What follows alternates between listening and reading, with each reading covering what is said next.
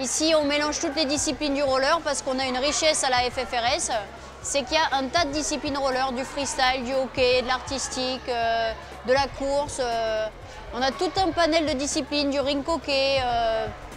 Voilà, on a toutes ces choses et on n'en profite pas assez. Et pour les écoliers roller que nous sommes, on a une richesse dans la Fédé roller qui est encore un petit peu inexploitée. Donc on est là pour rassembler les disciplines et permettre à nos patineurs d'être des excellents patineurs.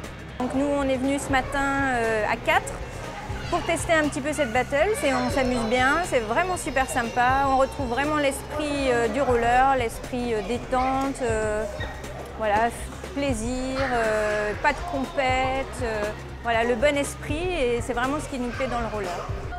Ouais, c'est super génial parce que les enfants, c'est eux qui nous disent « Allez papa, tu vas venir dans notre équipe » et puis tu as intérêt d'être à la hauteur. Donc ça met une pression énorme et puis c'est facile pour les lever le matin.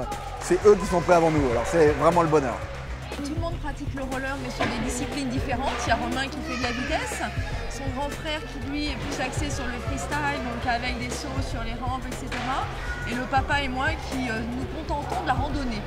Donc cette expérience permet au club d'Asnières de valoriser les compétences. Moi, ça me permet en tant qu'entraîneur de vérifier leurs aptitudes sur différentes disciplines. Donc c'est pas forcément la même agilité sur chaque discipline.